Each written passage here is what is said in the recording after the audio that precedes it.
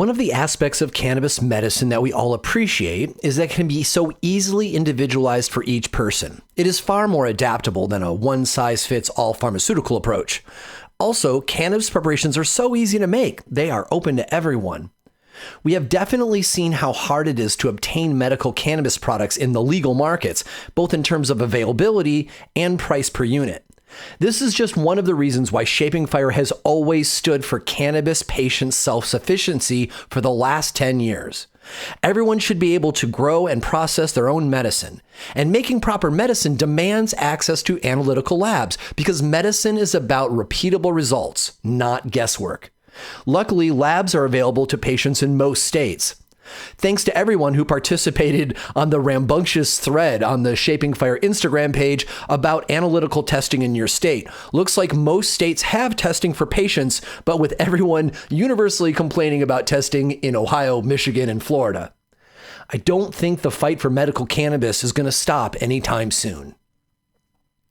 If you want to learn about cannabis health, cultivation, and technique efficiently and with good cheer, I encourage you to subscribe to our newsletter. We'll send you new podcast episodes as they come out, delivered right to your inbox, along with commentary on a couple of the most important news items for the week and videos too.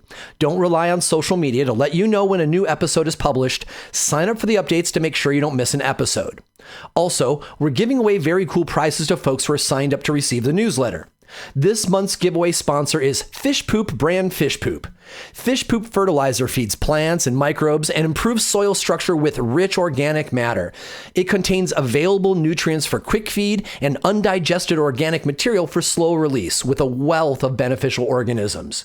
5 lucky winners will receive a whole gallon of fish poop along with some fish poop swag.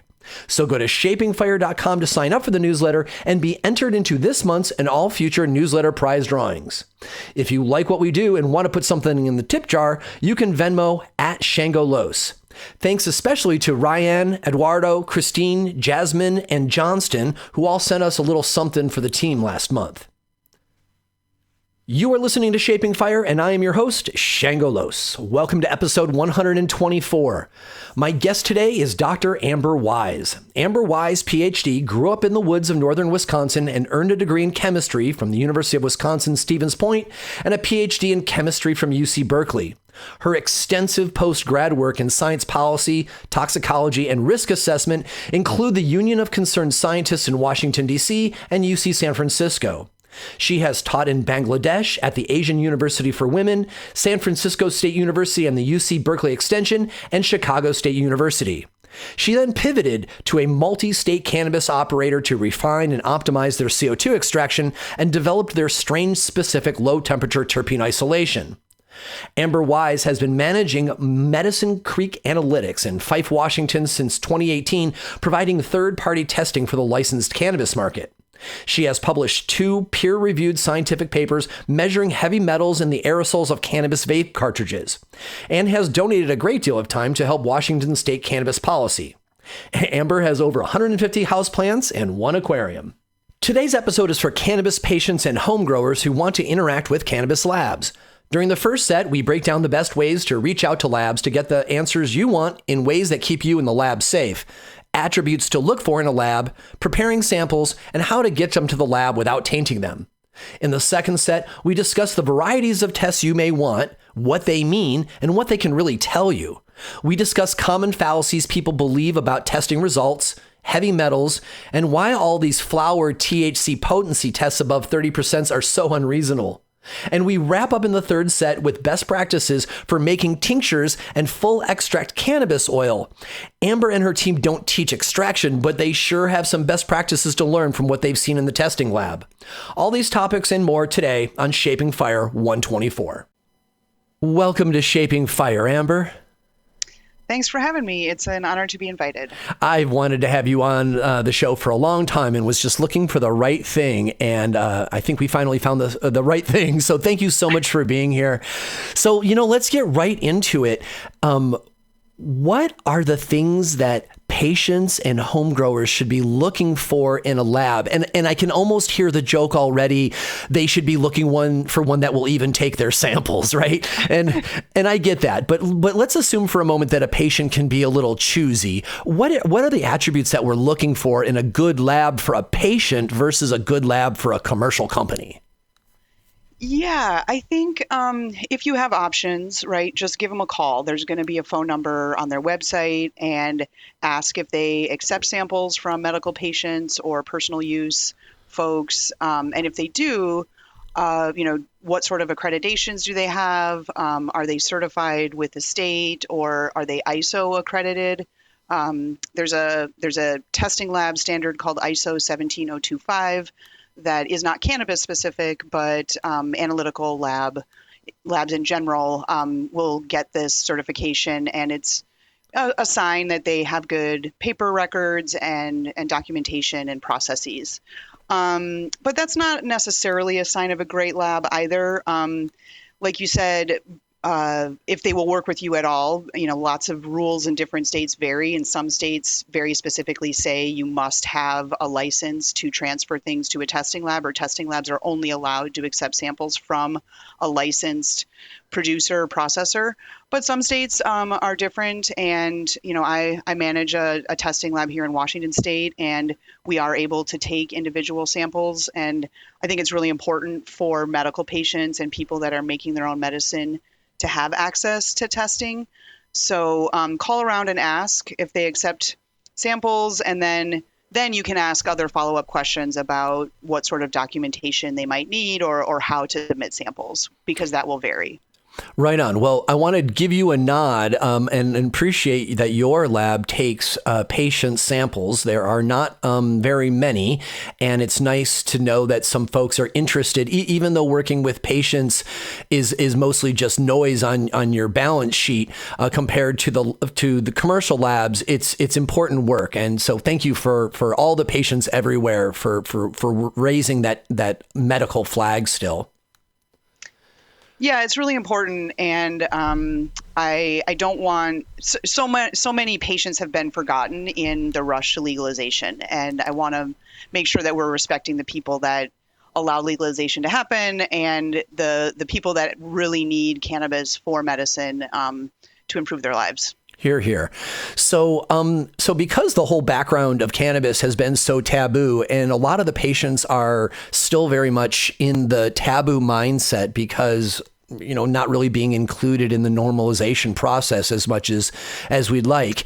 Some people might have a hesitancy to call the lab because they might get the wrong person on the phone, or the person on the phone might not want to say, yes, we take care of patients, or, patients very often just don't want to be on the phone. Either they're stoned or neurodivergent or whatever. Mm-hmm. and they don't want to be on the phone. And so they'll email. And I've heard everything from patients who I've talked to about they're concerned about emailing because they don't want you to have to reply on the record that you take patient samples, or other people they don't want to call because they don't want to get an incorrect answer from an admin assistant, which is different than the one that the director of the lab would get. And, I've been dealing with labs for like 10 years now, and I kind of developed the opinion for myself that labs have got to be up and up in a way that it doesn't really matter who you talk to. You're really going to get the same answer from everybody in the lab because everybody knows the policy, and it doesn't really bend much. But I'm very willing to be wrong. So will you kind of address this idea of interacting with the lab and trying to figure out whether or not there's a better way to do it? Yeah, that's interesting. I was basically going to say the same thing that your opinion is that, if a lab is doing the right thing and they're not doing a lot of shady things, you're going to get the same answer from everybody. I treat, individual patient samples exactly the same way as I treat regular licensed samples. We use our same software. I'm happy to communicate with patients or clients via email. I have nothing to hide, really. I do have some small amounts of protection because of the way the rules are written in Washington State and the fact that we're owned by a tribal entity. But at the end of the day, I think that's, your first question was like, how do you know you're dealing with a reputable lab? I think if, you're getting different answers from different people, that's a sign they might not be that reputable. That's a very good point, Amber. That's a good point. And I get people's hesitation, but most labs, they're either going to say, yes, we can help you, or no, we can't, right? There's not going to be a lot of, oh, call this secret number or meet me on the corner. Right. And, I get that people are sometimes nervous to call or be on record, but at this day and age in the US, at least, even if you're in a state that doesn't have a legal adult rec program and you have maybe a hemp testing lab, the taboos are not so much that you can't call a business that actually handles cannabis or hemp and ask them a question about their business. It's so hard though at the patient level to know like where the selective enforcement is, right? Like those of us who are in the industry, I've gotten so comfortable with traveling and flying with like, things that I need for events and such that I forget that normal people are still, can I fly with my pre-roll, right? And I'm like, dude, I brought 30 for an event, certainly no one's tracking your phone number and following up with the cops after that phone call to the lab, right? Totally. That, we're not at that level of taboo or, illegalness. So I also want to give a shout out to everybody in the industry who rolled their eyes when I said brought 30 pre-rolls, because I know you folks bring a whole lot more. Okay, so then let's focus on what the most common tests are that you actually offer to patients, because of course, labs offer a whole slew of different types of tests, but a lot of those are really designed for the licensed industry and for scalable product and all of that. And it's not really for like the individual patient who's trying to create their own medicine and stay well. So would you kind of slow walk us through the menu of tests that labs offer that patients might want to consider? Yeah. So the most common one is what most people call potency, but I try not to use that term as a scientist because that has pharmacological implications and it's not really what we're measuring in that test. What we're measuring is cannabinoid concentration, cannabinoid panel. I think your listeners are savvy enough to know that it's, the weight percent of cannabinoids in that product. So most commercial labs have about 8 to 12 cannabinoids on their standard panel. Some labs in some states might only have the THCA, THC, CBDA, CBD combo. But there's generally like some additional ones as well. CBGA, which is the precursor molecule. So you'll often see a small amount of that in flower or extracts because there's some left over in the plant. And so that's pretty standard, and that's obviously what people are interested in terms of dosing and understanding, how many cannabinoids you have present. Additional tests for regulatory purposes are often focused on public health and safety. So things like pesticide screens, heavy metal screens, microbial panels like Salmonella, E. coli that can make you sick. And so I generally recommend, if people are interested in screening for safety as someone who's doing a home grow or making their own medicine, I often recommend heavy metals before I recommend pesticides, because even if you grew it yourself in your own yard or, the soil that you bought that, was promised to be clean, a lot of properties can be unknowingly contaminated, gardens in urban areas, even in rural areas. I don't want to scare people, but it's not a bad idea to get your soil tested if you plan to grow outdoors. It's generally pretty inexpensive to get a soil test done locally. It's a different lab than what would be running your cannabis test.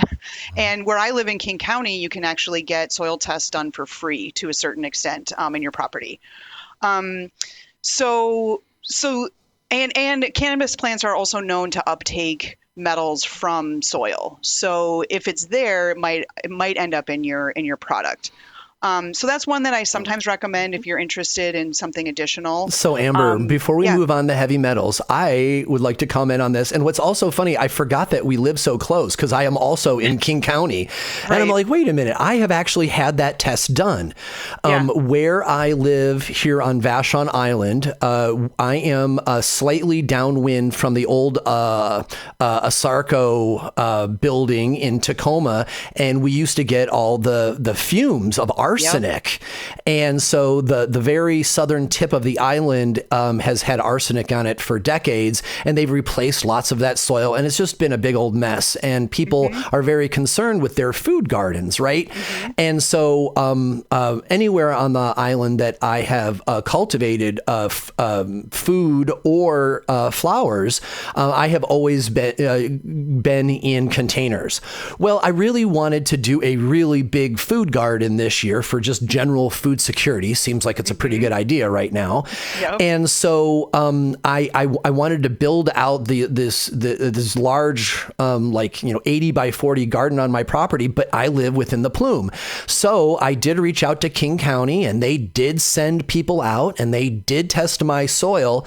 And what a sigh of relief I had to find out that the amount of arsenic in my soil is actually lower than the natural background arsenic that there is in our area.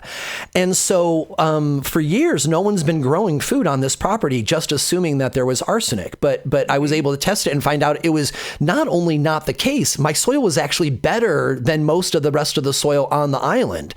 And so, and that was free. And so that's just a good example of if you've got these services from your county or your local extension office or something, go ahead and use them because they can buy you a lot of peace of mind. And also, if we're talking about specifically for flower, you do not want to be smoking that even in trace amounts. Right. Yeah, exactly. And even if you have to pay, they're usually $25 or $50. And it's not, it's totally legal to send metal, soil over state lines or whatever and find a lab. It's not anything as complicated as cannabis. Yeah, that's true. Moving on to other tests. Thank you. Pesticides are a test that most labs will run for regulatory purposes, but every state has a different list of pesticides that they look for. And commonly used garden pesticides like Roundup, which is glyphosate, or some of these other things that are often in groundwater like atrazine aren't actually on our list of pesticides that we look for. And there's complicated reasons for that, but generally testing labs stick to the regulatory list of pesticides, which aren't always necessarily all the pesticides in commercial use. So that's something that, I'm happy to run for folks, but it's a little bit more pricey, and it's not necessarily a guarantee that your crop is pesticide free. And then there's things like microbial panels. And if you're making edibles or tinctures, it's not a bad idea to run a Salmonella or E. coli screen just to make sure that, you're not going to get sick from it. But they're pretty rare, assuming that you're, using just general clean kitchen practices. But, it's something that people might be very sensitive to and interested in screening, and those usually aren't all that expensive. Obviously, if you're growing your own, you're doing a close visible inspection for mold or bud rot or something. You don't need a lab for that kind of detection. But even if you do get some mold or bud rot, there can potentially be ways to salvage that slightly moldy material using like ethanol extractions and oral mixtures and stuff. So I don't want to say that it's safe to use moldy material, but there are ways of extracting it that can salvage the cannabinoids that are there. And then you'd obviously want to probably screen that extract for any microbial growth or mycotoxins once it was made, and for peace of mind. But those are the main ones that I recommend for folks. And then there's also one called residual solvents that's related to concentrates when you do an extract. And a lot of people commonly use ethanol at home to make extracts and tinctures. And if you run a residual solvent test on a tincture or on an extract or like an RSO or something that used ethanol, you're probably going to get a very high number in parts per million for ethanol. And that doesn't necessarily mean it's unsafe. It might even be something that would be over a regulatory limit for a fail. But depending upon how you're ingesting that, it might not be an unsafe amount. So, there are regulatory requirements for safety reasons, and certainly there are legal requirements to label things that have ethanol in it. And, liquor laws vary in different places, but that can be something that might be able to give you an idea of how much is left over. It's very all the ethanol at home from an RSO or something like that. That really is startling the first time that somebody sees a residual ethanol in their RSO, and the number is so much strikingly higher than the state legal minimum for licensees. But then you find out, this varies from state to state, but in some states it's a health reason, but in some states it's just that the cannabis stores aren't allowed to sell alcohol. And if there's more than a breath of it in there, suddenly now they're calling it alcohol. And so when I'm working with patients, I'm constantly trying to explain to them that, yes, your number looks really scary compared to the state maximum, but you need to know why that state maximum is set where it is. Your residual ethanol is actually incredibly good. And if you do the math, it would take 14 million doses of that to equal one shot of alcohol, right? So you're actually safe, but the numbers are so many zeros. Right. And that's what I was going to say about people being scared about math is the units we use to measure that are often ppm, and 5,000 ppm is the action limit in Washington state for ethanol. That's a big number, but in 5,000 ppm is only 0.5%. And if it's a tincture that you're only taking a few drops of, it's a trace level amount, there's more in kombucha. The other thing that was pointed out in a group I was in the other day was somebody was really concerned about how much ethanol was in their RSO to take. And then somebody else in the group pointed out, you take alcohol tinctures. What are you even complaining about? Yeah, and exactly. Everybody laughed because it really just depends on what venue, what part of the puzzle you're looking at. Mm-hmm. I want to hit on pesticides before we move forward. Yeah. Just because I have this little piece of, I don't know, I guess we'll call this negativity or darkness that I always think about when we talk about pesticide testing. And since we're here, I guess we might as well tease it out. We could do a whole show on pesticide testing, of course. I used to work in the area of pesticide exposure too, separate from cannabis. So I could talk all day about it. Right on. So I just want to hit this one part, which is, some people say, oh, our state has pesticide testing and our state doesn't, or ours isn't enforced or not. And honestly, I'm of the opinion that it doesn't really matter if you have state level pesticide testing or not. It's really about knowing your grower and knowing what their intention is, because even the tests that we're getting on for pesticides on our cannabis, these pesticides have generally never been tested for inhalation full stop. They have only been tested for eating these pesticides. So just because a state has pesticide testing and it has passed it really doesn't say anything about your actual health. All it talks about is the health of if you were to eat your cannabis. And so it really, really is about knowing your cultivator and knowing that you share values with them on using pesticides. Yeah, and the other thing I try to put in perspective for folks, and this is, again, scare people about the food that you eat, but, if and when there are pesticides detected in cannabis, it's often at super tiny amounts. There are trace levels that are in the environment and for whatever reason are coming through in the test. And you don't ingest very much cannabis, on a mass scale, right? Grams, maybe at most a day. And we don't test, and cannabis is generally tested every lot, every harvest is tested. Unlike your food, right? We're not testing every lot of kale or lettuce or green beans that come out of every field. And there are standards for pesticide residues, and they are screened at random across the country. And you can look up average values for the United States, and they are not small. And so, obviously eating organic will reduce that to some extent. But at the end of the day, the the exposure you might have to pesticides from your cannabis use is going to be very small compared to your everyday exposure to chemicals in the environment. For sure. All right. So let's talk about these samples. It was years ago now that I was sitting down at lunch with one of my most respected herbalists, Dr. Michelle Sexton from down in San Diego. Yeah. And she worked on the herbal pharmacopoeia for cannabis, along with other folks. And she was explaining to me the section of how they recommend you take samples of commercial lots.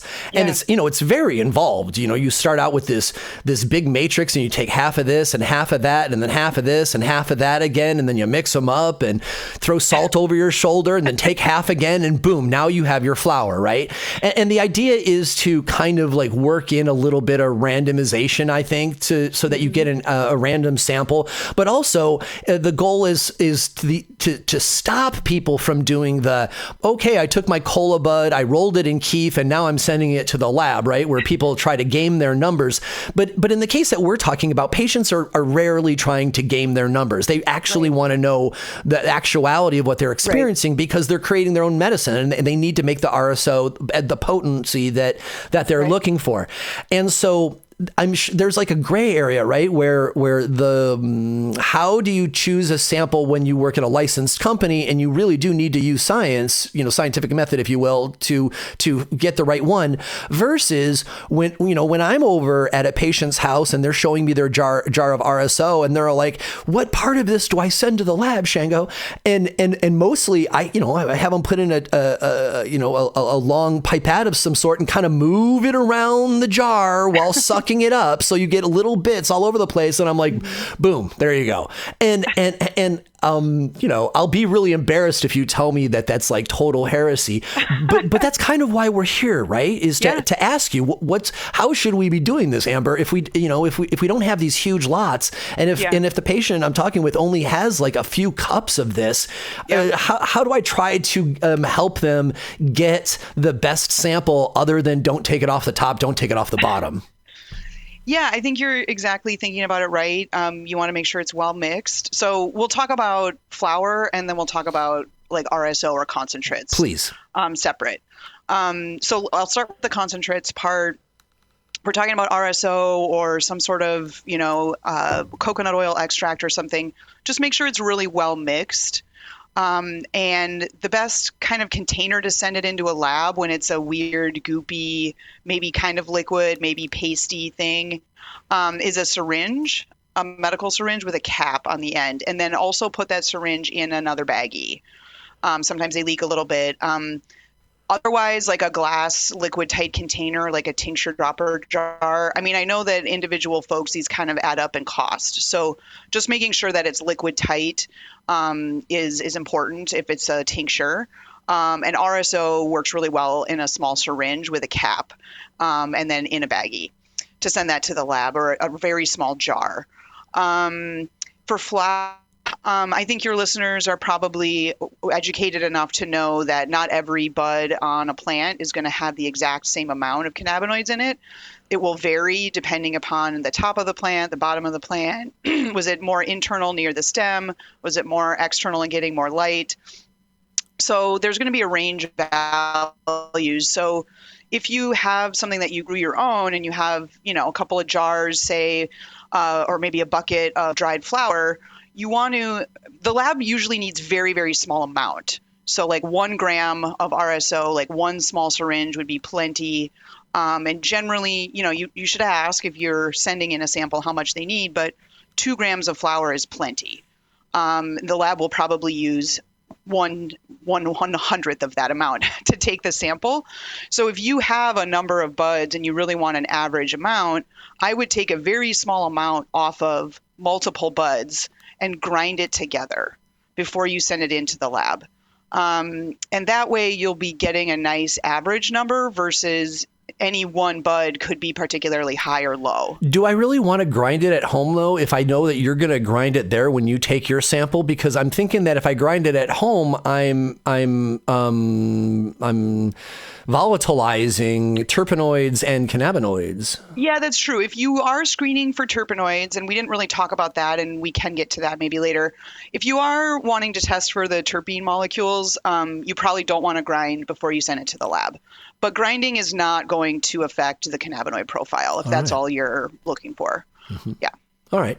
So while we're talking about putting the RSO in syringes and putting it in its own Ziploc, we should probably take a minute and for the good of all the labs everywhere, and say really avoid using bubble envelopes whenever you can.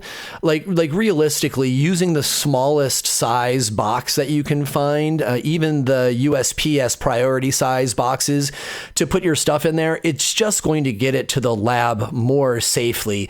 I have certainly mailed things to labs, soil labs too, all over the place, where you just take the sample, whatever it is, and then you put cardboard on either side of it, and then you put it into a bubble envelope, and off it goes. But just think about how much money you're paying for this test, that you really don't want this particular test to fall open in the mail, and you don't want it to arrive at the lab, messy in any way. You want your full sample to be there. So, yes, it'll cost you a couple extra bucks probably to send the box versus the bubble envelope, and you might get away with the bubble envelope, but there's no question that sending it in a bubble envelope is going to increase your risks across the board. Yeah, absolutely. We've definitely gotten leaky containers in the past. Most of our samples don't come in the mail, but we do have hemp and CBD companies that are able to mail us samples, and we've definitely gotten leaky CBD extracts that smell very much like weed because they are. So is there anything special that we should do to store those samples before shipping? Let's say that we're going to take our samples today, but we're not going to ship them tomorrow. I just tell people just toss them in the fridge and that's good enough. Yeah, that's fine. I mean, the cannabinoids aren't going to degrade until it's very, very hot, right? More hotter than it's going to get in a hot mail truck in Arizona, even. So, there's a small amount of degradation that might go on, but the variability in testing is going to be larger than any of that sort of like room temperature degradation. All right. So before we go to our first break, when we come back from our break, we're going to be talking about cannabinoid testing and terpene testing and get a little more into the tests themselves. But I want to just kind of throw this general question to you. Is there anything about interacting with the lab that I haven't covered yet that you as a lab director goes, oh, here's a great thing I wish all of my patients knew, badang? I guess I would say it's okay to call the lab once you get results and if you don't really understand. But they're not going to be able to give you any medical related advice on optimizing your preparation or your grow practices or, getting a higher number next time in your formulation. Like that's not their job. Their job is to give you the number that is in the product that you sent in. And once they do that, if they're answering questions about the format of their results, that's about as much as you can expect from them. I think that is a very worthwhile piece of advice. And while I'll throw that in there, be nice to the lab folk, because I know that very often patients are a little on the edge because we can be a little nervous, like calling these people. And some people are uncomfortable with like asking questions about the tests because they look pretty foreign your first few times. But just remember that, but in most cases, these are just other like really nice people who are just at work and trying to help you, and you might get frustrated, but don't take it out on the lab techs. They're just trying to do their best. Yeah, they're just chemists that are there to do a specific job, and they can't they don't know what you're doing or how you're making it or how you're growing it, and that's not their job. I think sometimes people, and the other thing that I think is really common misconception about testing labs is everybody's seen CSI where they think we just throw the bud into the machine and we get a nice printout the other side, and that is not the case at all. There's a lot of chemistry that goes into it. There's a lot of extractions that happen. There's a lot of nuances to interpreting the results. There's a lot of retesting that goes on behind the scenes that people don't realize. And it's not as easy as it looks. And so, even if your one injection might only take fundamentally 8 minutes, we have other clients, other injections, quality control injections that need to be included with every batch, that it takes a little bit of time to make sure that your one injection is good. So it's not, I think sometimes people think we just sort of sit around and wait for the machines to do the work, and it's a lot more hands-on than that. Everybody's just sitting around reading sci-fi, Yeah. Yeah, absolutely. I wish that was my job. All right. So we're going to take a short break and be right back. You are listening to Shaping Fire, and my guest today is chemist Amber Wise.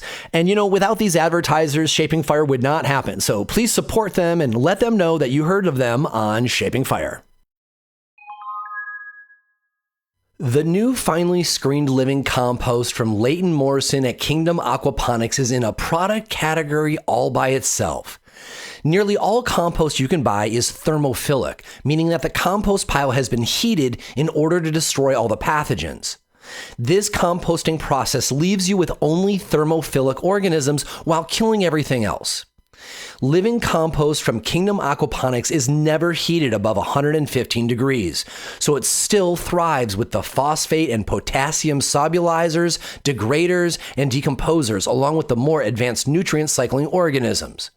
But you might be thinking, Shango, if the compost is never heated, isn't it filled with pathogens that might hurt my garden? All of Leighton's compost components are specifically chosen and pre-processed to remove pathogens before the cool mesophilic composting process. The mushroom substrate he uses is sterilized in advance for growing mushrooms. The wood fines are from shredded kiln-dried lumber, and that kiln heat removes any pathogens. And the repurposed coco coir is sterilized with heat in advance too. These materials are then combined with a mix of worm castings, fish poop, and special biological inoculants that Leighton incubates and blends himself. The resulting compost has biological stability, structure and water storage capacity, is packed with nutrient cycling protozoa and nematodes, and is fungal and bacteria rich, including purple sulfur bacteria. He even provides the biological reports. This ultra-premium living compost is for anyone who wants to make compost teas, extracts, or top dress. You're getting 3 ingredients in one: worm castings, fish mulm, and biologically active compost all in one product. Get it right the first time. Buy living compost now at kingdomaquaponicsllc.com. Available in 3 convenient sizes. That's kingdomaquaponicsllc.com. Fish Poop brand fertilizer is an all-natural, OMRI-certified fish poop concentrate with nothing added. Real fish poop is extraordinarily complex. Not only are you adding the nitrogen, phosphorus, and potassium your plants need to build mass, transport nutrients, and enhance flavor, but fish waste is also packed with probiotics and micronutrients. When you add fish poop to your irrigation water, you are adding fertilizer in a form that strengthens the soil food web in your garden. Because plants are limited by the absence of any essential micronutrient, these trace nutrients are the difference between having a decent garden and having a garden that makes you feel really proud of your efforts. Fish poop is a naturally complete solution that fills in the cracks in your fertilizer program to ensure that you offer your garden a broad base of nutrients. Not all fish poop is created equally. Most products with added fish waste don't reveal their sources or lab results. Fish Poop brand fish poop, however, generates their own fish waste as a byproduct of their organic aquaponics cannabis farm where they raise ornamental koi and tilapia. You are even invited to tour their farm in person or on their YouTube channel to look for yourself. This sort of transparency is wildly rare in the fertilizer market. The folks behind Fish Poop are also lifelong medical cannabis producers who have deep connections in the community, donate more product than they sell, and support cannabis prisoners, veteran, and patient collectives and charities. To get your bottle of pure fish poop, go to fishpoop.com or search for Fish Poop on Amazon or Walmart.com. And to see their entire line of cannabis products, go to ounceofhope.com. That's Fish Poop brand Fish Poop. As consumers become more educated and regulations become more demanding, it is increasingly important to avoid the use of chemical pesticides when cultivating cannabis. Beneficial insects have been used for decades by the greenhouse, vegetable, and ornamental plant industry, and today many cannabis cultivators are moving from sprays and chemicals to beneficial insects. Natural Enemies has the beneficial insects, mites and nematodes, microbials, sticky cards, and air distribution units you need to partner with nature to defend your garden. Whether you manage acres of canopy or have a simple grow tent in your home, Natural Enemies is ready to help answer your questions and help you transition away from chemical sprays towards clean and natural solutions. Natural Enemies was founded in the cannabis industry and continues to provide cannabis-specific guidance. Natural Enemies beneficial insects are grown with care and precision by Copert Biological Pest Control. Since 1967, Copert has assisted growers in identifying pests and devising reliable solutions while providing healthy insects and mites that will protect your yield. Since the 1990s, Copert has been a leader in cannabis pest and disease control worldwide and have highly trained consultants to assist you in Canada and the United States from coast to coast. Natural Enemies and Copert can help. Visit naturalenemies.com and get detailed information. You know getting away from pesticides is good for health and good for business, and Natural Enemies is ready to help. Visit naturalenemies.com today. Welcome back. You are listening to Shaping Fire. I am your host, Shango Los, and my guest today is chemist Amber Wise. So before the break, during the first set, we talked a lot about getting to know your lab and how to interact with the lab to get the results that you want. In this set, we're going to talk a little more about the specific testing, how to think about it, and what best to do with it. So Amber, let's start with the gorilla in the room, 30% THC testing. I am opinionated, but I'm willing to be wrong. I'm of the opinion that anything over 30% is artificially inflated, either by having too low of moisture or treating the flower in advance or probably other things that you have seen. And I'm even suspicious of things at 30%. Like anything over 28, I'm starting to get like, oh man, I don't know. Because everything over 28, there's this huge pressure for high percentages because they do better at retail, right? So there's this huge industry pressure for having these unrealistic numbers. And also it's interesting how, things went from being consistently 18 to 24% during medical, and then suddenly the license market comes in and these same flowers grown worse in commodity settings are suddenly testing higher. I am filled with the skepticism, but you're on the front line, so break it down for us. Yeah. Well, it also depends a little bit, obviously, on how the sample is submitted to the lab.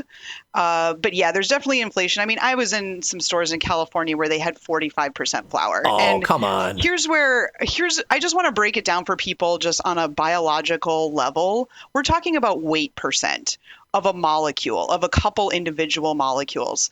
And when you think about where that molecule is made in the flower, it's made inside those trichomes. Those are, there can be a lot of trichomes on a cannabis flower. We've all seen very sparkly, trichomy, heavy buds, and that's great.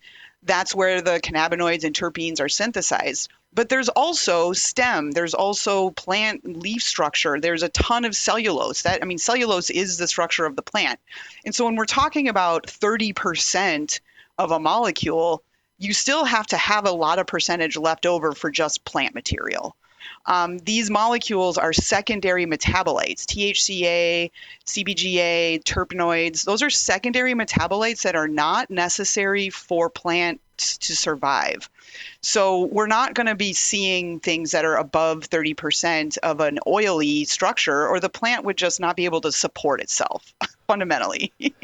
You can tell just by touching it, by looking at it, by holding it up. You're like, yes. is this flower that I'm holding in front of me 30 to 45% of its weight is in THC? It's absurd when posited that way. So generally, flower that's grown naturally is somewhere between 10 and 20% THCA.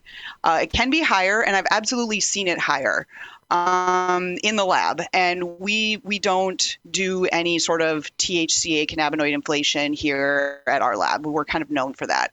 And in cases where we have seen really high percentages of like total cannabinoids being over 30%, I've seen it. I've asked the lab staff to retest it. In those cases, that flower does not smell interesting. It is bred for just straight THC expression. There's very few terpenoids. I've used that flower, and it's not an interesting high at all to me. And so just because, and you've covered this on your show in the past, high percentage of THC or THCA is not necessarily the only signal of a quality flower. Amen. The other anecdote I will give is I used to work at a company that had a grow facility, and they're always kind of playing around with different strains and genetics. And there was one plant that we could never get to test above 12 or 13% THCA. And the stores wouldn't buy it if it was, that number. And every time we would harvest from that one or two plants, and we'd have a few for the staff would like fight over this strain because it was the best, everybody's favorite. It tasted great. The high was amazing. So, I just want people to be realistic that higher numbers in flower is absolutely not a better marker of quality or the effects that you're going to achieve from it. Well said. Brava. So I could talk a lot more about that, but I'll leave that there. So for your home grower in your garden, you're probably not, fully optimizing every aspect of it, and that's okay. So that's why taking small bits off of a number of different buds will help get you that average value for any individual part of the plant, or an average value for, overall, if you're going to extract those flower buds.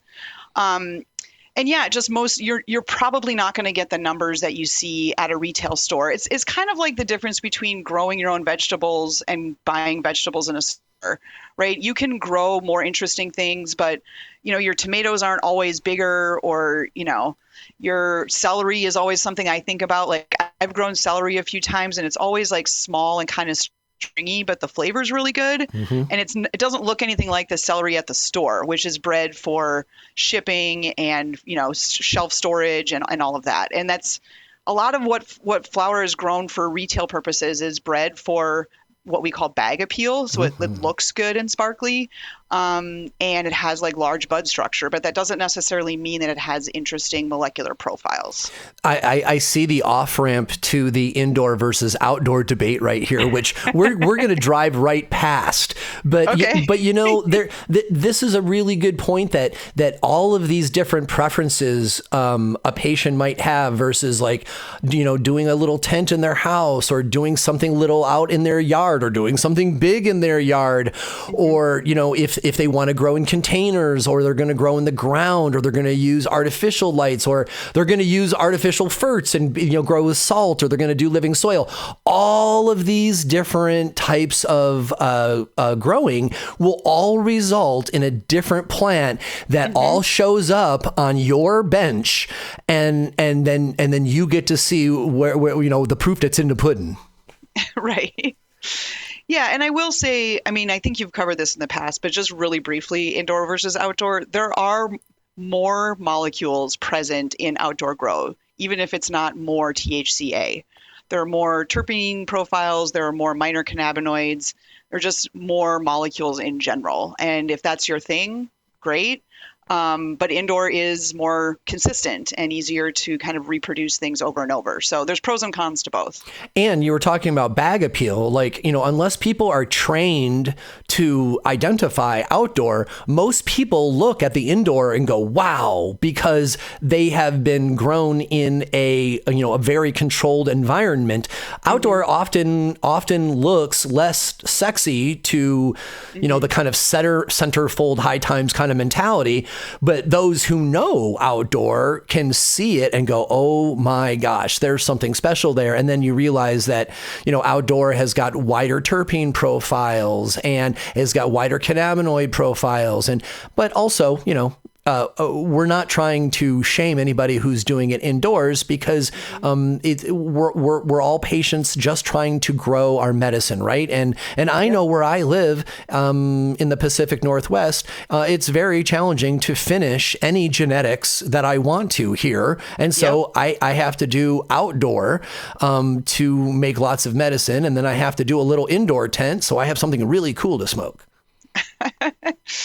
Yeah, and not everybody has an outdoor space either. So. Yeah, totally. So, okay. So now that we've hit on the 30% testing, let's talk about another common unrealistic expectation. It's usually just because patients haven't thought about it.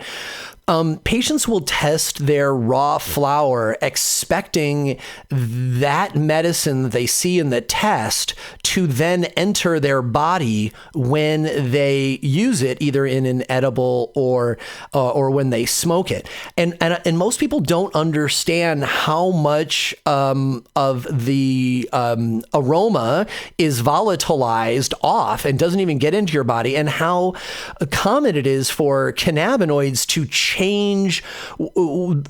their chemical makeup when you add heat. Now, of course, we know that THCA becomes THC, which is the decarboxylation process that we have to do with edibles, right? But this change from an acid form to a non-acid form, it actually impacts lots of different cannabinoids. And so we can't assume that what we are smoking is the same thing as in the raw flower test, right?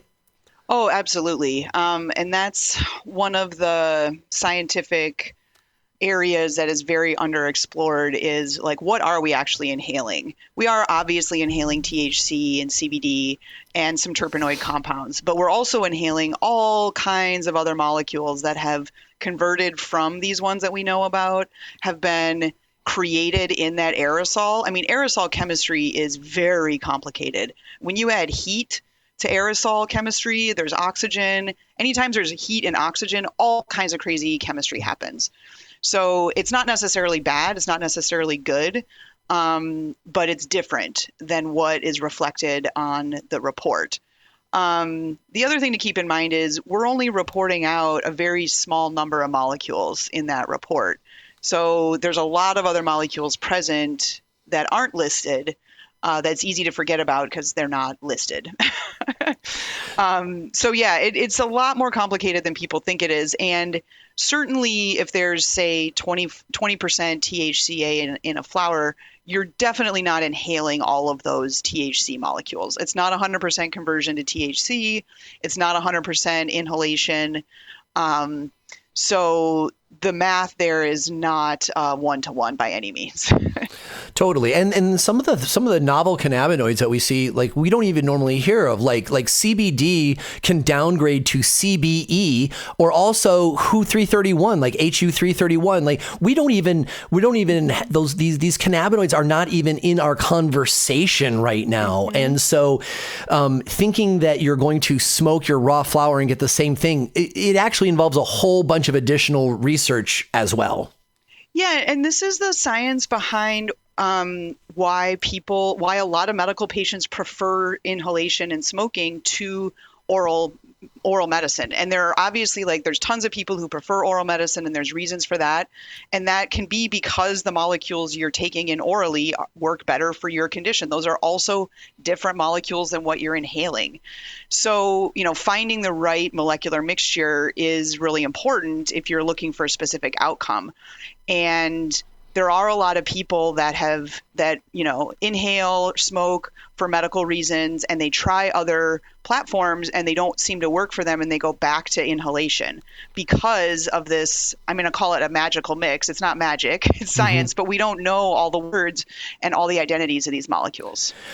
You are so accurate. And what's interesting is, one of the great things about cannabis and how we as patients handle it is we are talking about individualized medicine, right? Yes. Where most pharmaceuticals are all like, okay, we are going to make the same medicine, and then all you different humans all need to take it the same way. Cannabis opens itself up and makes itself available in all these different ways. And to provide the opposite idea, so many patients that I've talked to, while they might use inhaled cannabis for personal enjoyment, for them to make sure that they hit accurately their blend of THC, CBD, and CBG in their that they're going to put in their body for pain to make it through their workday, they need that stuff to be specific and a little slower dosed. And so smoking, which has immediate onset, is not really the right tool for the job. And so people are making very, they're blending their RSO like vintners blend expensive, table wine. Yeah. And so they're making the thing that works for them, and then they're taking it in a capsule. And it's just a beautiful way that whether or not you're smoking it or taking an edible or a capsule or however you're using it, it's about using the way that it works for you, and be damned the other people's opinion of what your mode is that is preferred. Exactly. I mean, you've had Dr. Miyabi Shields and Dr. Riley Kirk on your show, I think, and talking about the different neurotypes of people who use cannabis for different endocannabinoid adjustments. And it is really important to find what works for you in the right format. And, again, cannabis isn't for everybody. There isn't necessarily like the exact right thing for everybody.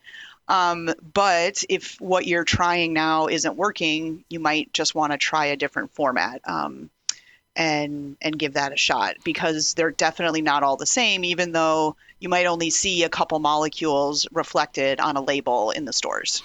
Indeed, Dr. Miyabi Shields has been on the program a few times, and actually the most popular program episode that they were on was the one where they discussed the neurobiomechanics that happen when you take psilocybin, which is actually one of the most popular Shaping Fire episodes that there's been. It's a really good one. But they also have been on to talk about the endocannabinoid system and when relatively deep into the smokability, or not the smokability, but the cannabinoids that come through your smoke, which is very interesting. Yeah, Miyabi's top shelf.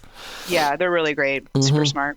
So let's talk about the testing that we might request in a different way, because we have talked about the what most people call a potency testing, but we were talking about it more as in cannabinoid concentration ways. But patients often want more cannabinoids tested for than the the licensed market requires. And so you mentioned in passing that, patients might want cannabinoids that aren't listed. I want to dig in that a little bit, because, I've probably worked with 6 or 7 labs now over the 15 years ish. And, many of them will only give me options of CBD, CBG, THC, and their acid forms, whereas others might ask me, "Oh, you just pay a little bit more, and we'll do like a full screen for you." Or, and would you teach us a little bit about that? So we kind of understand it, but more importantly, so we know how to ask for it. Yeah, so the way that testing labs come up with their results is we have to buy those specific molecules in very, very pure forms. So they have to be commercially available in what we call certified reference material format. And they're expensive, and because they're controlled substances, we can only buy them in very small amounts. So we are only able to, the way that our machines are set up, and this is the vast majority of testing labs, you can only get the information out that you tell the machine to look for. So that's why we have set lists of molecules, because we buy those specific cannabinoids and we inject them into the machine, tell the machine what they look like, and then we inject the unknown and the machine compares the two signals and tells us what it is. I wish there was a way, and chemists certainly have ways of identifying what other molecules are present, right? I wish there was a way we could screen and tell you all the molecules that are there, but our machines are just not set up for that. And if they were set up for that, it would be prohibitively expensive for a home grower to do that chemistry. There are labs, and my lab is one of them. We do have an expanded panel where we have 17 total cannabinoids instead of the usual 11. And there's even more than 17 that some labs might be able to offer. But again, it's more expensive because it's just more molecules that I have to buy and tell my machine what they look like. And you can't get all the possibilities because they're not necessarily all commercially available to buy in pure formats. There's starting to be more, and certainly with people playing around with cannabinoid conversions and things, there's more synthetic cannabinoids available than there were a few years ago for testing labs, but they're quite expensive, and just because they're commercially available doesn't necessarily mean that my test method will be good for that molecule either. And so, I'm trying to think of an example. Like, we don't test for HHC, which is hexahydrocannabinol something. It's a synthetic conversion, but it's getting to be more common in mostly states that don't have adult rec programs.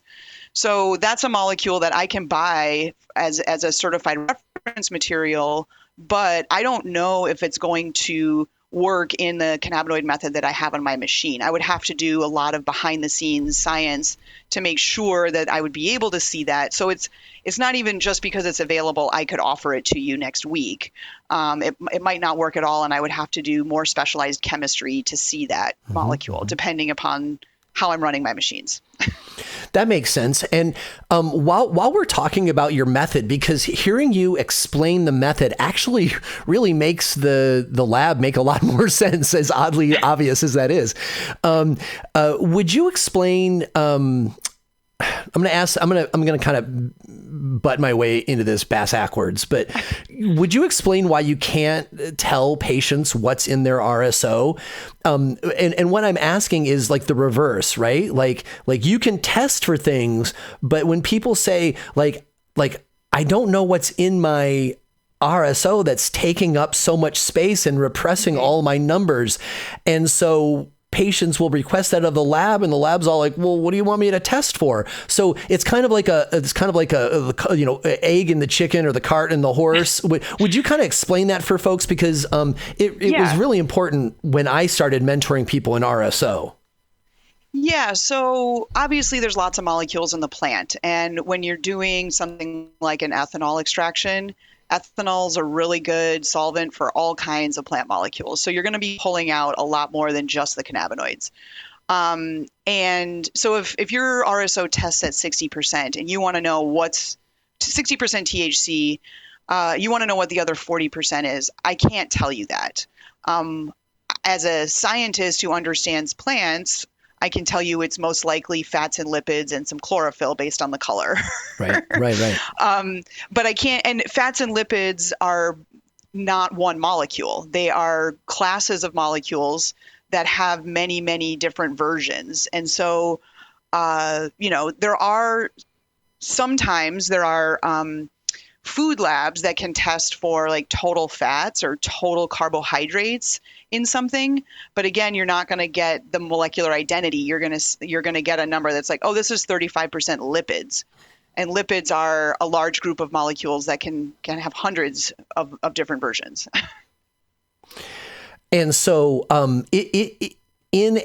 know this is fantasy, but if we were to talk about how you could figure that out, you would need a reference standard for everything in the world that could potentially be in that oil, and then run all of them through your HPLC to find out. And then you still actually wouldn't know if there's nothing else in it. You would just know of the million standards you ran, how much of those million things, but there could be other things in it that you didn't have a standard for. So it's just an impossibility to go at it from that direction.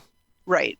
Yeah. And it's unfortunate, but it is like the labs are set up not to identify every molecule present. They're set up to protect public health and safety and give people an idea of what their dosing might be.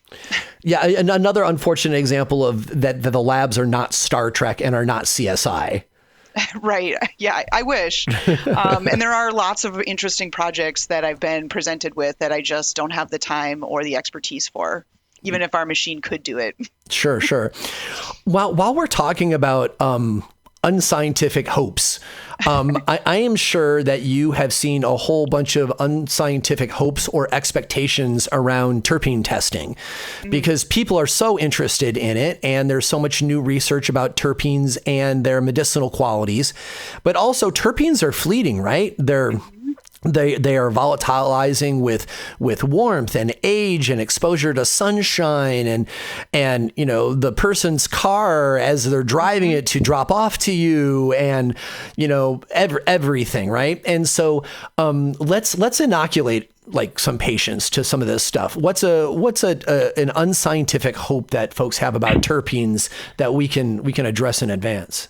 Well, if you're, heating your flower to decarboxylate it before you do the extraction, most of your terpenes are going to be gone, just full stop.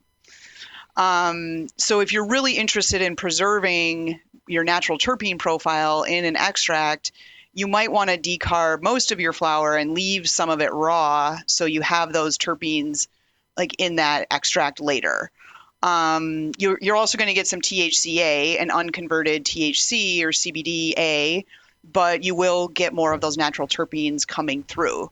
The other thing to keep in mind with terpene profiling is not that it isn't helpful, but there's a lot of new research coming out from the folks at Abstracts Labs out of California, and maybe you've had them on your show. If not, you should get them on. But they're showing that even strains that smell very different from one another, they can have the same top 10 terpene profile, almost identical terpene profile for the top 10 terpenes in terms of weight percent or parts per million amounts. But the difference in aroma and the difference in physical effects are due to other molecules that testing labs are not even looking for, and that we have yet to even identify all of them. So terpenes are important, and they do have medicinal applications, but they're not the be-all, end-all of information that you can get, unfortunately. It's interesting how terpenes, we're finding out, are just one of the voices in a chorus that's made up of alcohol esters and honestly, a bunch of things that I don't even know the vocabulary for, because Abstracts is doing all this original research, which we're all reading and we're all learning at the same time. It's really fascinating. And one of the things that's important to keep in mind that I learned very late as a chemist, I feel like, is the way that we perceive smell is not linear. So, if you think about like visibility and color, like the darker the color, the more that molecule is there, right? That is not the same thing with smell. And so there are certain compounds that like contain sulfur, for instance, like that rotten egg smell, that you only need a very tiny amount to perceive at a very large smell amount. I don't know what the right term is. You'll feel it really a lot in your smell receptors, even though it's not the dominant molecule. And that's what we're seeing with terpenes is we can see that in a machine, the terpene might be the dominant molecule present or in a relatively high amount, but there's a different smell that's at a smaller concentration that's affecting our smell receptors much more. And so it's not linear in the same way that the machines are linear, right? Our machines will measure things in a relationship to one another and give you a math unit out the other side. But your body is not always linear in how it perceives or absorbs these molecules. That's great. That's a good point. Yeah. So some of the aromatics we will experience at a much more potent experience level than the math tells us. Yeah. I've always found that experience with terpinolene, which I think one of the reasons why I think that people get so excited when they come across it, because it's tasty and more equatorial and kind of harder for us to get up here. So let's do that same thing again, but instead of with aromatics and terpenes, let's do it with the cannabinoids. What is a pretty common unscientific hope that people have about the cannabinoids? I think to some extent that they can get really pure extracts in your kitchen and you're just not going to, and that's also okay. Sometimes obviously making your own medicine is really useful, particularly if you're trying to grow a specific strain or have a specific dose profile or live in an area that doesn't have access to legal products. But one of the things I tell people that when they live in a state that has access to extracts and concentrates is it can be pretty inexpensive and easy to purchase rosin or whole plant extracts like RSO in a medical dosing syringe and then use that to make your own tincture or edibles. It reduces a huge amount of mess. They're often, the people making it are optimizing, for more cannabinoid extraction and less other plant molecule extraction, and they probably know a little bit better than you what they're doing. So that can be a way to avoid some of the messy smells and extracts and questions in your own kitchen. But obviously that's not available to everybody. But in terms of, realistic numbers for making things like RSO, I would say 60% is great. And if you get above that, wow, you're really doing a good job. And again, there's a lot of other molecules that help the entourage effect and assist the cannabinoids in doing their job medically that, you want to be there. I don't find distillate to be distillate, that you could buy at a store that's maybe 90% pure THC. I don't think that is very medically interesting or you really need some of those other molecules present to aid in the efficacy. So again, that THC number is not the be all end all of high quality product by any means. Amen. Especially for medicinal. It's interesting that you would point out the distillate. That is a challenge that, nowadays people who I talk to, they have a better idea of what whole plant medicine is. And even if they can't explain it, they can understand what the entourage effect is. And, when people look at whole plant RSO, or any of the given names it's given, like full extract cannabis oil, they're all like, oh, I don't want this. This is only 60%. It's because they were built, their experiences with distillate at 90%, which sounds like you're getting more bang for your buck.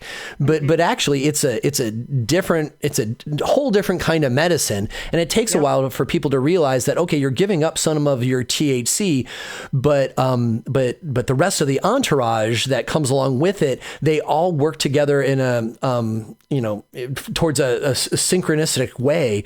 And, again, it doesn't make buying distillate bad, especially if you're on a 90-day cancer protocol and you're really just trying to cause apoptosis. But generally speaking, and I would say even for the cancer patients, having a whole plant at 60% with all those, juicy other parts in there is going to be your top shelf medicine across the board, especially if it's grown outdoor. Yeah, absolutely.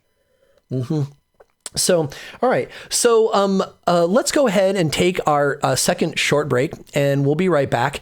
You are listening to Shaping Fire, and my guest today is chemist Amber Wise. This message is for folks who grow cannabis. I'm talking to home growers, patients, and commercial growers too.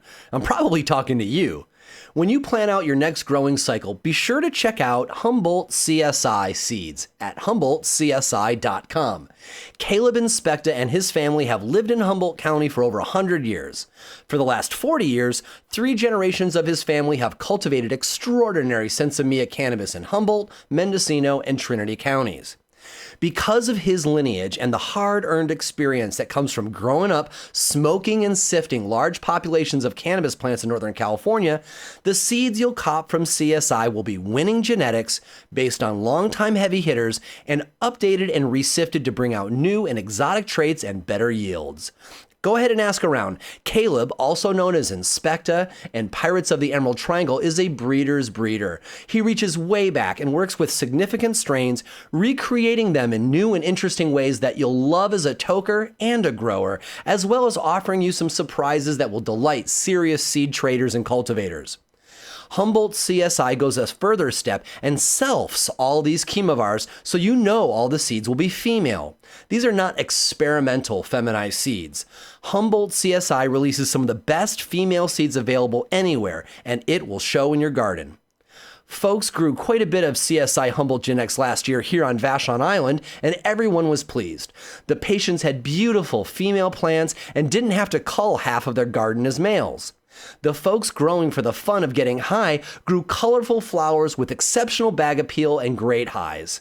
And breeders had 7 out of 7 females in a pack, which gave them a lot of phenotypic choices. Take a moment right now and visit HumboldtCSI.com. You'll find an up-to-date menu of both feminized and regular lines, along with photos and descriptions. That's HumboldtCSI.com.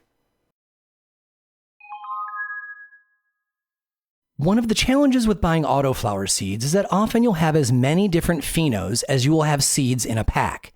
That can be fun, sure, but so many varieties in one pack is a sign of an immature seed line that hasn't been worked enough. I prefer my autoflowers to be worked enough that each pheno in the pack really captures the aspects that the breeder was intending. This is why I recommend Gnome Automatics to my friends and listeners who grow automatic flowering cannabis seeds. Gnome Automatic seeds are not just crossed and released. They are painstakingly sifted again and again, tested in a wide range of conditions, and taken to a level of maturity that each plant will be recognizable by its traits. Traits that were hard-earned so that you can have your best growth cycle ever. Over the last 10 years, Gnome Automatics founder Dan Jimmy has become a trusted breeder, and he continues to pour his passion of breeding cannabis into every variety he releases for you to grow. Check out the Gnome Automatics Instagram at gnome_automatics to see the impressive plants folks are growing. You can score Gnome Automatic seeds in feminized or regular at your favorite seed provider listed in the vendors section of their website. Commercial cannabis farms across the country love growing Gnome Automatics because of their consistency from seed to seed, short grow times, THC percentages, and colorful bag appeal. Farms interested in bulk seeds of more than 1,000 should reach out through gnomeautomatics.com. While on the website, be sure to check out the Gnome Automatics shirts and other merch section too. If you want reliable seeds, hand-built from effort, expert selection, and experience, choose Gnome Automatics. You've heard me talk about the award-winning cannabis seeds that come from the analytical breeding program of Seth and Eric Crawford, who founded Oregon CBD Seeds. In fact, Seth was a guest on Shaping Fire in 2020 to talk about triploid genetics. Seth and Eric are now releasing high THC seeds for home growers and farms as Grow the Revolution Seeds at gtrseeds.com. Their high THC seeds are extraordinary in that they will start to flower at 16.5 hours of daylight instead of the typical 14.5 hours of daylight. That means in most regions, your plants will start to flower outdoors in the middle of July instead of the middle of August, which means these photoperiod plants finish in September and not October, totally upending the photoperiod seed market. Seth and Eric took their prized early flowering CBG line and bred it to some of the most desired verified genetics out there, including Sour Diesel, Triangle Kush, Wedding Cake, Chem Dog, Skittles, and others. These crosses all express powerful photoperiod terpene profiles and THC, giving you a great high. GTR Seeds has a new THCV line with plants like Double Durban and Gigantor that boast 1-to-1 THC to THCV, and people want that THCV. GTR seeds are very consistent, true-growing, inbred F1s from stabilized inbred parent lines. These seeds are nearly homogeneous, and the plants should all grow the same. There is only one phenotype in every pack, available as diploids and triploids. Seth and Eric's company is still family-owned, patient and employee-centric, and partially powered by their 2 acres of solar panels. Everyone can purchase these seeds and the entire catalog of Oregon CBD seeds at gtrseeds.com. Go to gtrseeds.com today and choose something revolutionary for your next indoor or outdoor run. Welcome back. You are listening to Shaping Fire. I am your host, Shango Los, and my guest today is chemist Amber Wise. So, Amber, much earlier in the show, we were very clear that when interacting with lab staff, we should A, be very polite, B, ask for what we want, and C, don't ask them to fix our technique because it's not your job. And honestly, in some states, giving advice on that might actually get them in trouble. So we want to be really respectful of the lab folks and not ask them about how to make our technique better. But you are not on the clock right now, and you are on the front lines of all of this testing, and you see a lot of tinctures and a lot of RSO, the things that patients most often make, even if they're a precursor for edibles. So I would like to ask you for a couple best practices that you've seen from the bench. So what are some things that you know about making tinctures, some best practices that you want to raise your hand and make sure people are considering? Yeah, I think there's obviously a lot of information online about how to make extracts at home, and I don't want to rehash any of that necessarily. But I do also understand that it can be confusing and overwhelming. One of the things I always recommend is making sure everything is frozen. And that includes your bowls, your mixing materials, your jars, like whatever you're using for filtration, soaking, whatever. Put everything in the freezer so it's all as cold as possible. That includes your flour as well, your ethanol or extraction solvent. Generally, it's ethanol if we're talking about RSO. And so just make sure everything's really cold. And the cannabinoids are still soluble in ethanol. That means you will extract the cannabinoids, but the fats and the lipids are much less soluble in ethanol at those colder temperatures. So you'll pull out less of the lipids and somewhat less of the chlorophyll. You'll get a slightly greener, lighter colored solution. But that doesn't necessarily mean there's less cannabinoids, because the cannabinoids are colorless and also odorless. So the way it looks and smells does not indicate how many cannabinoids are present. So that's one thing that I recommend for folks. Another thing I recommend, I mentioned it earlier, but if you are in a state where you can go into a store and purchase extracts, that can be a lot easier to start from. And there's generally pretty high quality, either RSO or they call it FICO, full extract cannabis. What does that stand for? Oil. You got it right. Full extract cannabis oil. Yep. Yeah. There's a couple different versions of it that's already been decarbed, and then they're nicely dosed. They're usually like 1 gram size or maybe 2 gram size. So you kind of already have your dosing like slightly built in there. There's already been a test run on it, and there's already a cannabinoid number assigned to it. But if you're not in an area that's available to you, keeping everything really cold is really important, and not necessarily extracting for way longer. I think 2 fast cold extracts are better than 1 long room temperature extract. So that's like 1 rinse through the flour and then keep putting everything back in the freezer, and then a second rinse through the same flour is better than, a longer extract overnight at room temperature. You're just going to pull everything out of the flour in that case. In the old days, there are so many early magazine articles that talk about Green Dragon and doing it at room temperature and just put it on your shelf for a month or whatever. Yeah. And that does work. It does work.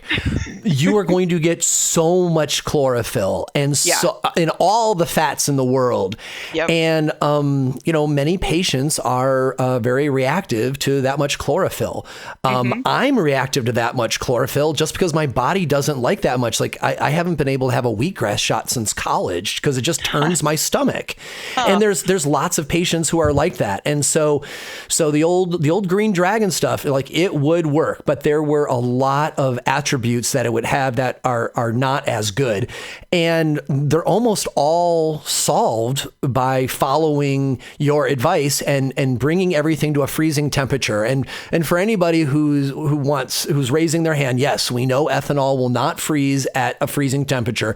But the point is we want everything to be frozen cold so that the fats and the chlorophyll and the other what I'll call contaminants stay frozen in situ, and we just pull out the resin that's in the trichomes on the exterior. So the rest of the plant material stays hard and frozen, but the ethanol is going to caustically chew through that waxy trichome really fast, just in a couple minutes, and then dump its resin, and then we strain it, and off to the races we go.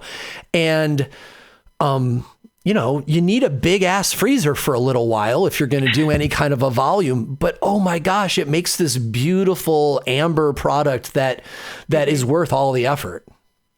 Yeah, it is. And, it feels kind of more, I don't know, I guess I'm a chemist. I love to do chemistry. So it feels more technical sometimes when you're doing it that way, like more fun. But maybe people don't like to play lab like I did when I was a kid.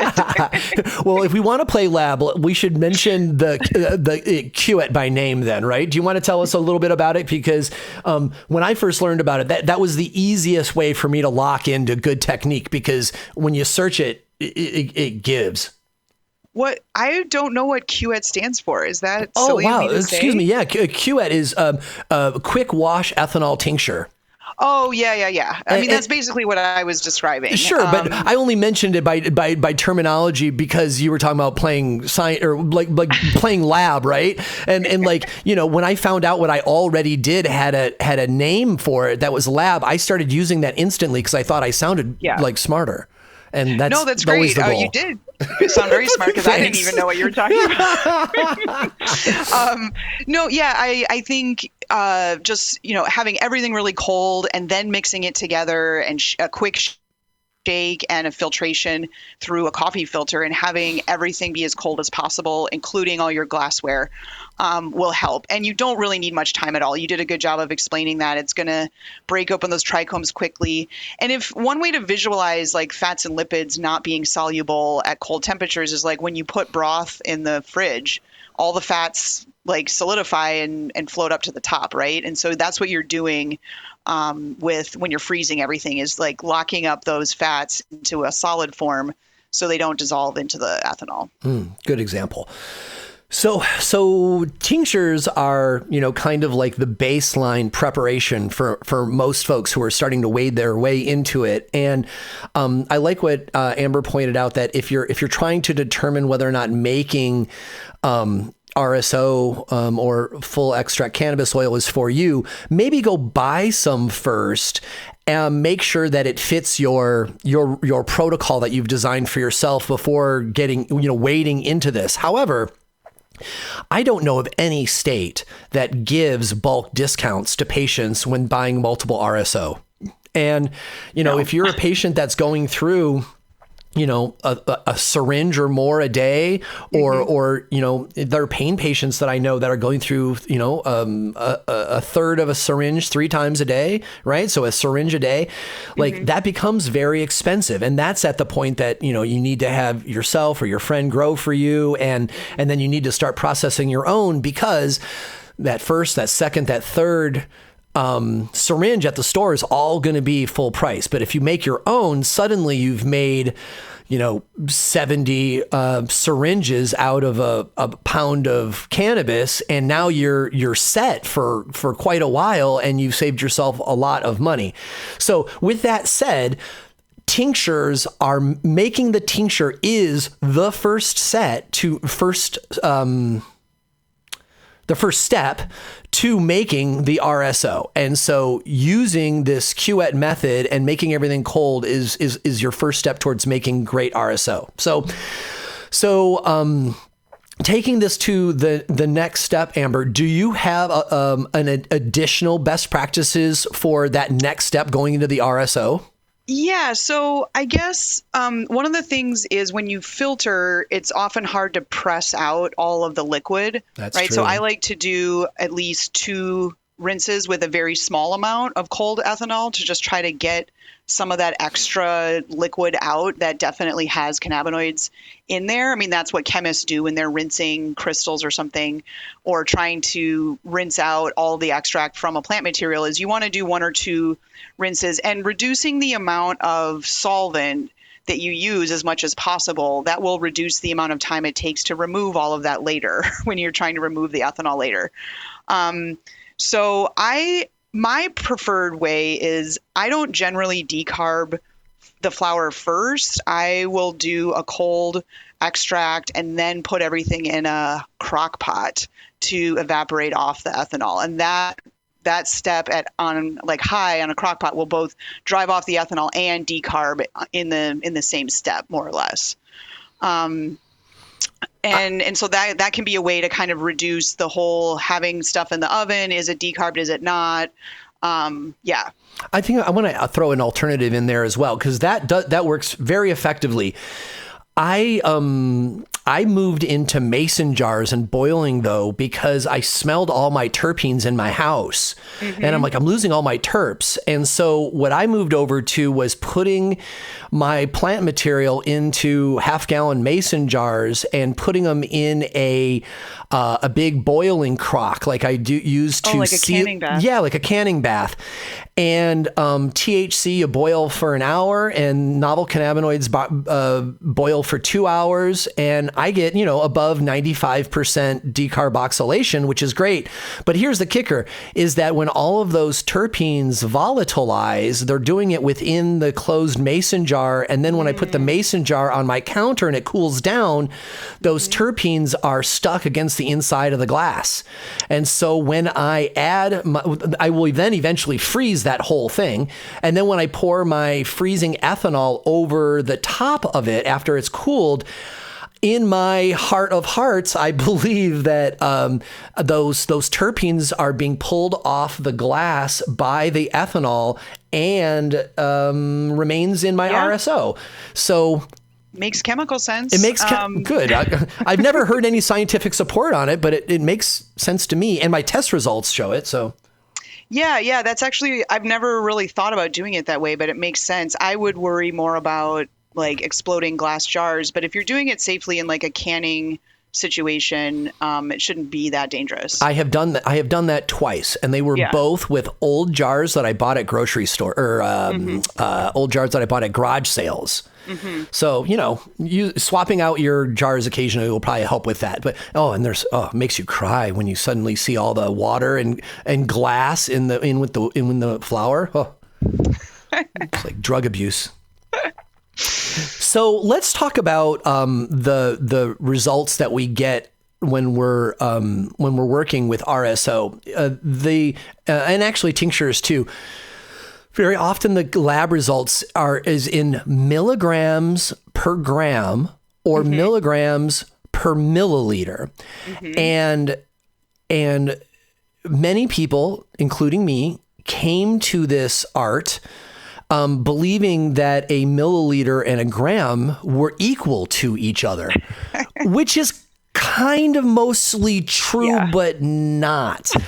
And so, just for the sake of being able to read these test results, would you explain that for us, even though in the long run, it probably doesn't matter all that much, but it causes so much consternation? Yeah, so 1 milligram does equal, 1 gram does equal 1 milliliter if we're talking about water because of the density. But in cannabis extracts, we don't deal with water because we know that cannabinoids are not water soluble. So we're dealing with things like coconut oil or ethanol, and their density is not 1 to 1, 1 gram to 1 milliliter. Coconut oil density is about 0.92. So that means it's 8 to 10% less dense on a volume level. So that means if you have 1 milliliter of coconut oil, it'll only weigh 0.92 grams. It won't weigh a full 1 gram. But 0.92 is pretty close to 1, depending upon, how much you care about significant figures and dosing exactly right. So your milligram per gram and milligram per mil are often going to be similar, but not exactly the same if your carrier liquid is not water. How does that apply when... Given the Go ahead, sorry. I just wanted to kind of like say about like the variability in testing and the accuracy of your measuring is probably larger than the density difference between 1 and 0.9. And so what is the density of cannabis oil? If we are testing actual RSO and not coconut oil or MCT or something, how close is cannabis resin to water? I believe, well, and again, this will depend on how many fats and lipids and chlorophyll you pulled out, but it's between 0.93 and 0.96. Mm-hmm. So again, we're wildly close where yes. we're within rounding area exactly. for patients. Right. But then when you think about like a syringe worth of RSO, right, if I'll try to keep the math like pretty simple, but if we have 1 milliliter syringe and it's at 60%, that's 600 milligrams of THC in 1 milliliter. So if you are able to squeeze out exactly 0.1 milliliter, that's great. But if you're thinking about, diluting that whole syringe of RSO into coconut oil, and now you might have a dropper of that coconut oil that also has RSO diluted in it. If that dropper, say, is 1 milliliter and you've dosed it to be 10 milligrams per milliliter, if you get 1 or 2 drops less or 1 or 2 drops more than a milliliter, your dosing is much less different, right? The difference there is maybe 9 milligrams it's just or less 11 impactful. milligrams. Yeah, the difference is less. And so if you really do need to dial in your dosing, having something that's a little bit more dilute can help the accuracy. What you said there is pretty radical. This idea that there can be so many swings within one RSO syringe. I was always under the impression that those syringes, by the time you've gotten to that point, is pretty homogenized.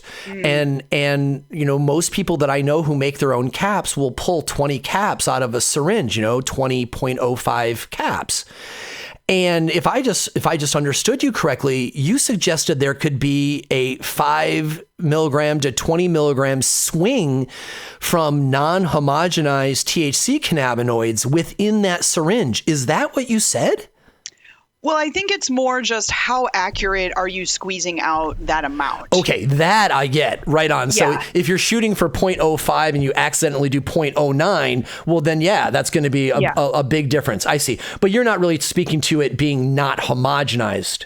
Right. But I have seen mixtures that people make at home. If they sit for a little while, they do separate out. And so if you're storing it long term in a syringe, that might affect the beginning of the syringe versus the end of the syringe. So that's interesting. That can happen. So, if you are making it in a syringe, putting it, when it's laying fresh its and well mixed, like putting it into capsules when it's fresh will help reduce that, right? And then it's already well mixed and it doesn't have a chance to separate out. Yeah, that makes sense to me. So while we're talking about, we've been talking almost all about ethanol because that's what most people use, and that's what was the easiest. I want to use this opportunity to tell folks, not that you can't do it safely enough, and we all know you're a badass, but really, really don't do open blasting BHO if you can avoid it, because for all the advantages that BHO may have over ethanol, and I know that's debatable, open blasting continues to be one of the most dangerous things that cannabis folks can do. Absolutely. I was going to make a joke about dabbing with a torch, but honestly, BHO is far more dangerous than that, because dabbing will give you a scar or might lay your mat on fire, but a BHO might lay your house on fire. So yeah, it's an explosion. I mean, I'm a chemist who likes to do fun chemistry things, and I would not mess around with that. There you go. Especially since, I'm finding that the materials that we make from rosin are it's just such a superior product now as far as medical efficacy and use, and I mean, creating it is downright ambient. It just seems, if you're not going to go with ethanol, the types of edibles that you can make with rosin are just such high quality, and honestly way better than RSO edibles as well, because they don't taste like dirt. Absolutely. Yeah. Yeah. And I think that, there's a place for coconut oil extracts itself. There's a place for leaving a lot of ethanol in and mixing it with glycerin potentially, rather than evaporating all the ethanol off. Like, there's some mixtures in there that can be fine as well and actually help the solubility of some of your molecules. If you don't want to ingest a ton of coconut oil or ingest a bunch of butter or something, there's other routes. Right on. So let's wrap up with this question. Kind of hand you the mic here and say, there are lots of patients who are listening to you, and some of them have worked with labs and some of them haven't. But everybody is suffering, and they are looking to either increase the quality of the relationship with their lab or just like get into making their own medicine. What words of encouragement would you offer as a chemist who cares about medical cannabis patients to encourage them to take control of their own self-sufficiency? Yeah, I mean, one of the things that's really great about cannabis, I mean, there's obviously lots, is that you can't really mess it up too bad to a dangerous degree, right? You can have too much and have an anxiety attack and not have a fun time. But at the end of the day, it's not generally very dangerous if you're in a safe place. So that's one thing, is that, you're not probably going to make a mixture in the end that's unsafe to ingest. And I think the other thing is, like, don't be afraid of the math. I know math is intimidating to people, and doing dilutions and mixtures and stuff without a recipe can be intimidating. But, you were saying, I'm not a fan of ChatGPT, but you were telling me earlier that that's really been helpful for you to do math. That's great. If that works for you, great. Find a science friend who's, decent at math. It has set you up a little Excel spreadsheet to plug in your numbers and come out with an answer that you can feel confident about. And don't be afraid to call the lab and just clarify the units, right? If you're confused about the results and want to make sure you understand the numbers in the units, that's fine. The lab is happy to explain the units to you, but they're not going to be able to, tell you how to make a better tincture next time necessarily. I think that, one of the reasons I like working in the cannabis science realm is that there's so many opportunities for people to innovate and improve and treat themselves in safe ways and effective ways that medicine has kind of forgotten about, or has specifically excluded a lot of populations that utilize cannabis successfully. Find your group of folks either online or in person and learn from each other. Fabulous. That is great. Especially, medical cannabis communities, patient outreach groups, pull together people like we do on Vashon and teach each other, each one teach one, right? Mm-hmm. Self-sufficiency in cannabis medicine and personalized medicine is so important. Thank you for that, Amber. And thank you for spending your time with us today. I know that you are taking time out of your workday, and I know that your time is valuable. And so thank you. And honestly, most of these people who are listening will never be customers of yours. And so thank you. That's okay. Thank you. Because I know your heart is in this, and that's what I want to thank you for. So thank you for all of your insight and your time and your passion. Yeah, absolutely. I'm happy. I know there's a lot of information out there, and it's hard to know what and I really do try to stick to the science. And I like to make sure that people have all the correct information and not a bunch of hearsay. Amen. That's the whole reason Shaping Fire is here. So, all right. So, in wrapping up, dear listener, a couple things. Number one, if you want to get a quick link to Cuette, quick wash ethanol tincture, I will put one on the website page at shapingfire.com for this episode number 124. Also, if you are interested in reaching out to Amber Wise, PhD, first of all, she's super busy. And so if you do want to reach out, you can reach out, or you can just follow her if you want to go know what's going on with her various research and public talks and stuff at her LinkedIn profile. But don't be looking for Amber to be giving you specific feedback on what you're working on. That's not the role that she plays in our community. So find somebody else and do that there. But if you have opportunities or just you want to send a fan letter of thanks or something, by all means you can do that at Amber Wise on LinkedIn. You can find more episodes of the Shaping Fire podcast and subscribe to the show at shapingfire.com and wherever you get your podcasts. If you enjoyed the show, we'd really appreciate it if you would leave a positive review of the podcast wherever you download. Your review will help others find the show so they can enjoy it too. On the Shaping Fire website, you can also subscribe to the newsletter for insights into the latest cannabis news, exclusive videos, and giveaways. On the Shaping Fire website, you will also find transcripts of today's podcast as well. Be sure to follow on Instagram for all original content not found on the podcast. That's at Shaping Fire and at Shango Los on Instagram. Be sure to check out the Shaping Fire YouTube channel for exclusive interviews, farm tours, and cannabis lectures. Does your company want to reach our national audience of cannabis enthusiasts? Email hotspot@shapingfire.com to find out how. Thanks for listening to Shaping Fire. I've been your host, Shango Los.